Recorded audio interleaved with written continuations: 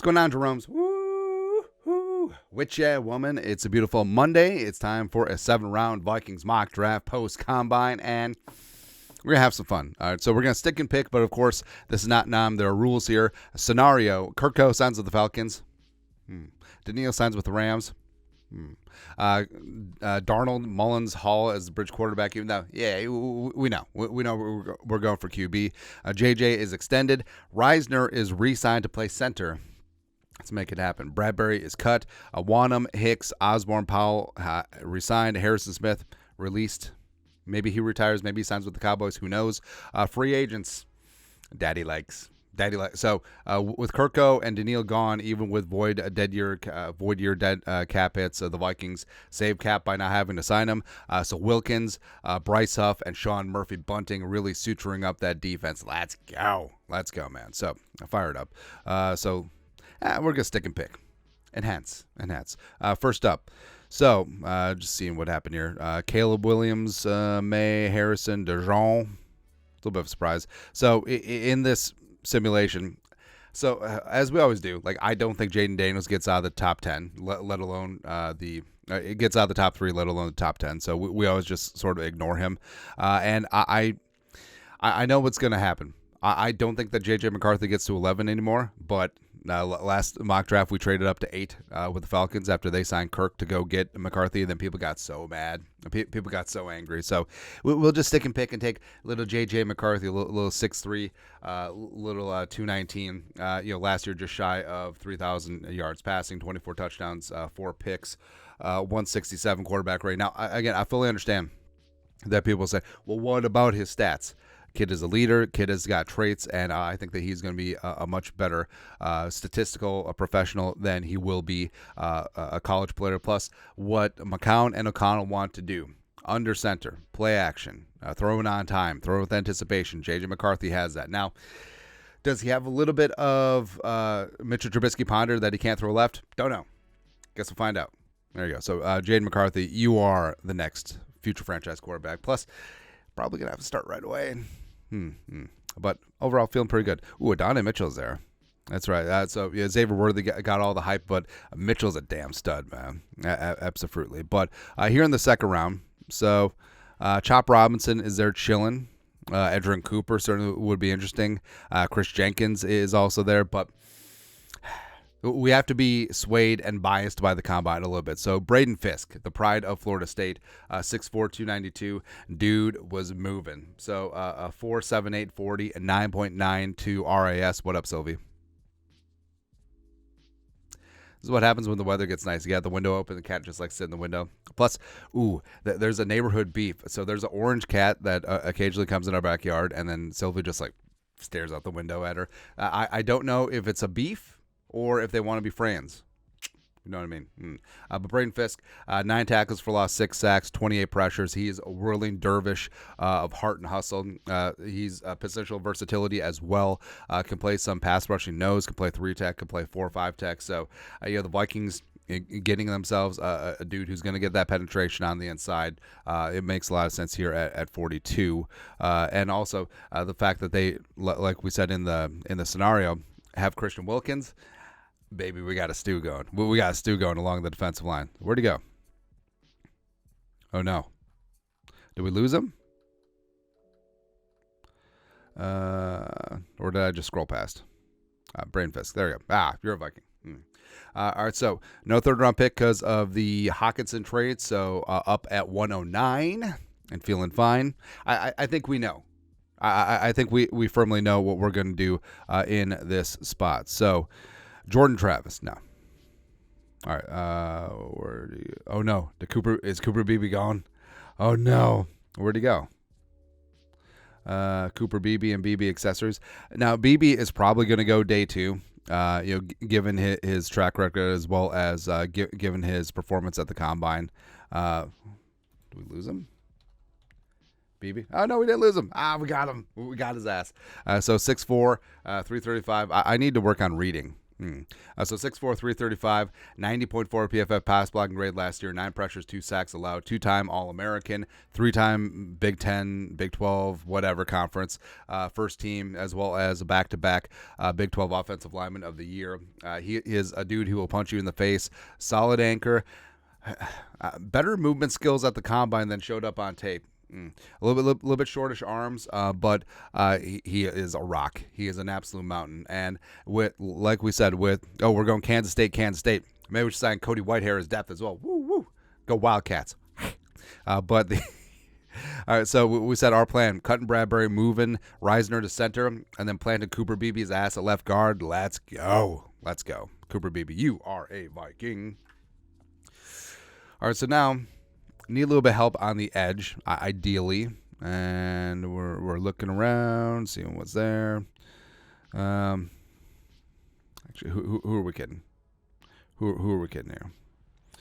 All right, so Kamara is off the board. That's unfortunate. Where'd he go? Oh, Kamara went 115 to the Jaguars. Is what it is.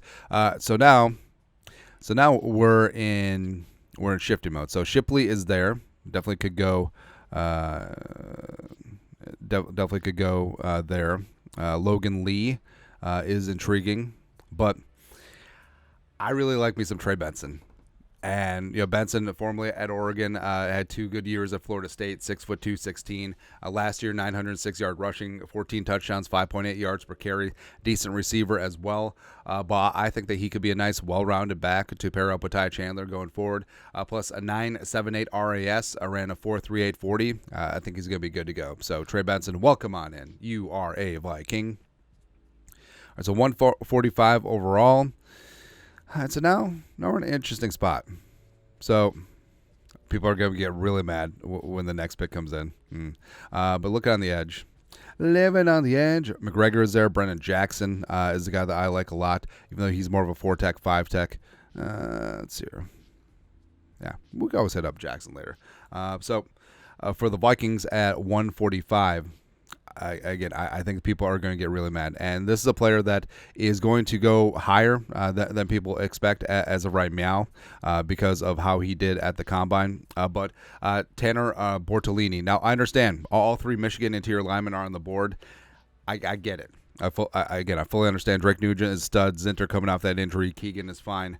But Bortolini out of Wisconsin, he's 6'4". He's 303. Last year, an 80.3 PFF pass blocking grades, 11 pressures, 1 sack allowed. And he's worked in different schemes. So he's in that power gap scheme of Wisconsin, old school throwback. And then in the air raid scheme last year under new management. But a 9.85 RAS, a little bit lighter at 303, but I think that he is a guy that I would prefer over Schlutman in terms of interior depth. Can play center, can play guard, so him in this spot, I think it's pretty solid and good to go. All right, so we're still in round 5, pick 157. Now, we said that people are going to be upset. Now, we could go Joe Milton just for funsies, even though we do have McCarthy. But I still think that Milton is borderline undraftable. I know he's got a big-time arm, but everything underneath, he literally has no touch. And he doesn't throw with accuracy or anticipation. Although he's got a big-time arm, I think that he is going to become a Taysom Hill type player. But so Theo Johnson, I understand. Well, tight end's not that big of a need. Well, with a Hawkinson on the pup and whatnot, and Josh Oliver being much more of a blocking tight end, get yourself the absolute physical freak, Theo Johnson from Penn State, 6'6", 264, big catch radius plus athlete. He is the Jimmy Graham of this year's draft, 4.58 40, 39.5-inch vert, perfect 10 out of 10 RAS, 34 catches, 341, and 7 touchdowns last year. So Theo Johnson coming on in, especially if you don't bring back Johnny Munt. Makes sense there. Actually, everything always makes sense because they're my picks. Next up, so getting Brian Flores, another toy. Now, yes, we'll address edge rusher here in a hot second, but James Williams out of Miami, 6'5", 215, 65 tackles, 2 forced fumbles, 3 passes broken up, interception, 85.6 PFF coverage grade, tall, versatile defensive back. Basically, you can have him play the Metellus role, a small linebacker. Well, He's not even that small. But linebacker, safety, big slot, just moving him all over the place. I love his versatility. He hits like a brick poop house, and I think that he's going to be really good. And Flores is going to maximize his skill set. Plus, it dampens some of the Kirk. Harrison Smith is gone. But what about Lucine? Whatever at this point.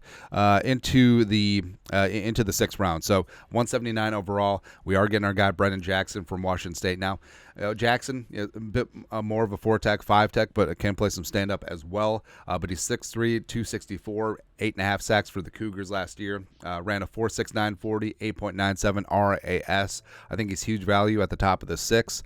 So the Vikings secure their guy. Very good against the run as well.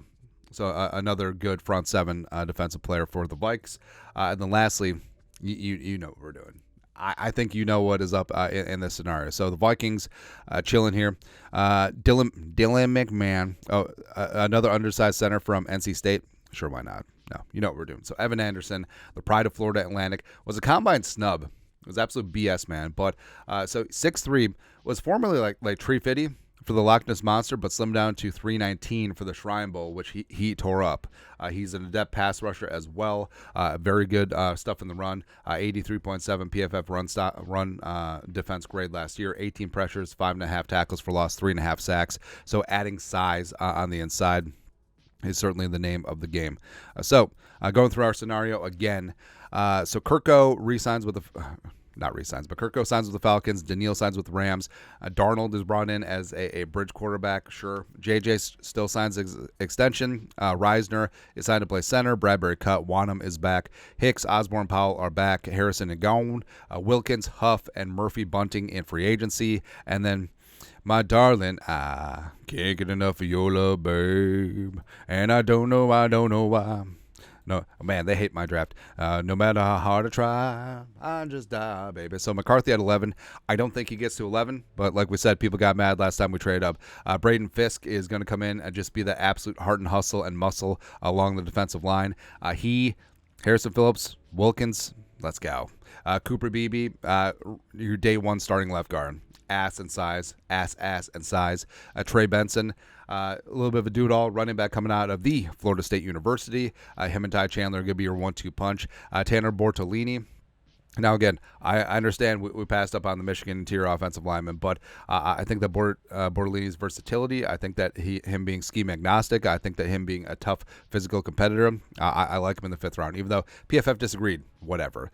Theo Johnson, the absolute freaking condor, absolute plus athlete at tight end, going to help take the sting out of Hawkinson being out for a while. James Williams, I love James Williams, man, on the back end. Going to be a tough, versatile piece for Flores. And then also stacking up in the defense, Brenan Jackson, going to play some 5-tech, going to play some edge as well.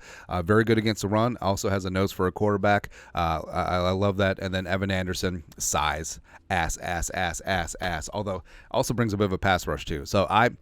So the Vikings, the defensive line was a weakness, but now you bring in Christian Wilkins, as well as Braden Fisk, as well as Brenan Jackson and Evan Anderson. Let's go, man. But that's it. Vikings post-combine 7-round mock draft. You guys are the best. You know what to do. Skol, production value.